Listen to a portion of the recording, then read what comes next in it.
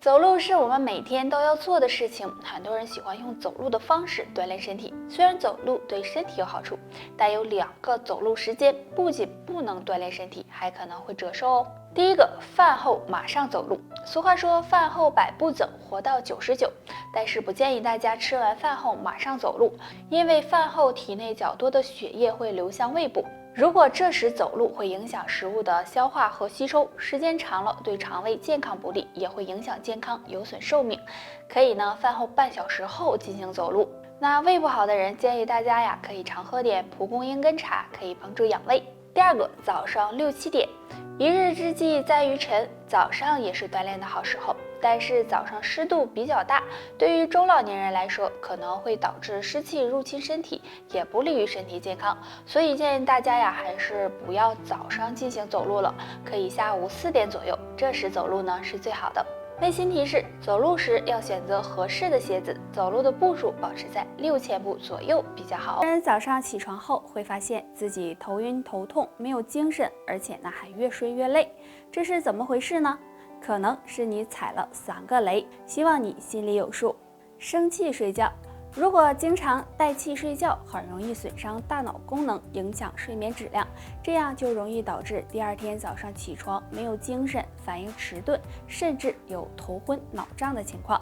睡觉蒙被子，很多人喜欢睡觉时蒙着被子，这对身体健康是非常不好的，因为蒙被子睡觉容易影响大脑气血循环，时间长了会伤害大脑健康，也会使人第2天出现头晕头痛、反应迟钝的情况，让人感觉越睡越累。晚上熬夜，熬夜的危害大家都应该清楚，那经常熬夜会引起内分泌紊乱，抵抗力下降，也会损伤大脑。如果前一天晚上熬夜，睡眠不足，也会导致第2天早上没精神、头晕、全身无力。话说一日之计在于晨，早上是养生的好时候，而且早餐对我们来说也是非常重要的。如果早餐吃对了，那么对肝脏也会有帮助。第一个，蔬果类。蔬果类食物中含有大量的水分和维生素，比如菠菜、胡萝卜、苹果等。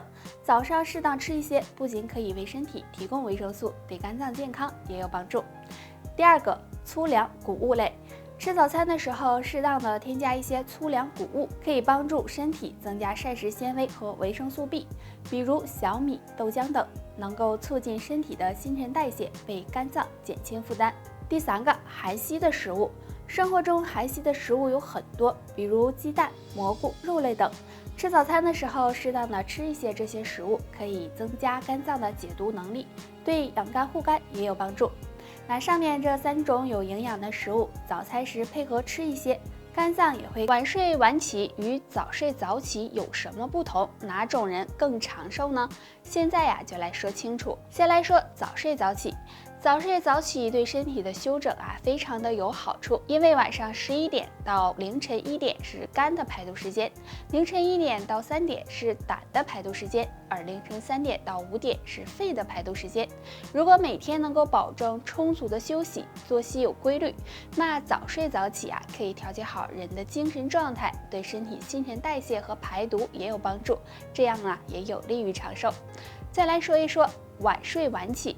晚睡晚起呢，很容易引起排毒的紊乱，影响人的生物钟，还容易导致内分泌紊乱，抵抗力下降，对身体健康呢是不利的。但如果能调整好睡眠环境，保证7个小时的良好睡眠，那么应该也就没有什么问题。总的来说不管是早睡早起还是晚睡晚起，都要保证7个小时的良好睡眠，并且呢要保证规律的睡眠，这样对身体健康才有帮助。那最后提醒大家，晚睡晚起呢并不是什么好的习惯，建议处于青少年阶段的人最好呢不要有这样的习惯。相信大家都熟悉，不仅吃起来很香，营养呢也很丰富。经常吃黑米对身体呢还有好多的好处，很多人不知道。长期吃黑米对减肥有帮助，因为黑米中含有丰富的不饱和脂肪酸和膳食纤维，经常吃可以改善便秘，而且还有很强的饱腹感，非常适合减肥的人吃。长期吃黑米对肾脏健康有益，中医认为黑色入肾，所以呢黑米对肾脏健康也有很大帮助。经常吃黑米能够起到养肾补肾的效果。长期吃黑米能够保护心血管。黑米含有的不饱和脂肪酸可以提高好胆固醇的含量，所以呢，对保护心血管有很好的作用。虽然吃黑米好处多，但一类人最好呀一口都不要碰，那就是消化不良的人。如果吃多了，容易给肠胃增加负担，引起肠胃疾病。肝不好的人，身体这两处会出现异常，养肝护肝，牢记一个动作。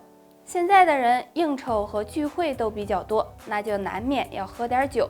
我们都知道，喝酒对肝脏的伤害是很大的。长期喝酒的人，身体这两处出现异常，可能是肝不好了。第一，出现蜘蛛痣。蜘蛛痣是肝脏出现异常很明显的特征。出现蜘蛛痣是由于肝脏灭活雌激素的能力减弱，雌激素含量相应增加，所以就出现了蜘蛛痣。这时要小心肝硬化的可能。第二，眼白发黄。正常我们的眼白都是白色的，但经常喝酒的人如果发现眼白开始变黄，就要小心，可能是肝脏受损，导致血液中的胆红素升高，从而使眼白发黄。若出现上面这两个异常，就要警惕肝脏的健康了。平时多做一个动作，有助养肝护肝。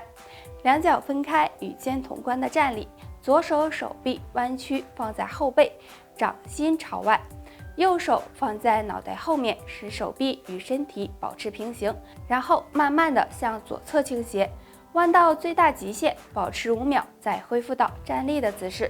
两手臂交换位置，这样反复做5分钟。那这个动作可以拉伸身体两侧的胁肋部，有助疏通肝脏气血，起到疏肝理气、保护肝脏的作用。颈椎腰椎痛，睡前抬抬手，扭扭腰，颈椎腰背更轻松。第一个动作，抬抬手。大家如果做的时间长了，感觉腰背、颈椎不舒服，可以站起来，双手合十向上伸展。伸展的时候注意抬头、挺胸、收腹，这样用力的拉伸30下，对缓解颈椎疼痛有很好的效果。第二个动作，扭扭腰。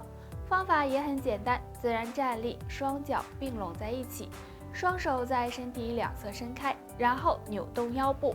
扭动的时候，下半身要保持不动，这样左右扭动50下。这个动作对缓解腰部不适也有很好的效果。上面这2个小动作，睡前练10分钟，胜过出去跑步1小时，对缓解颈椎痛、腰椎痛效果很好。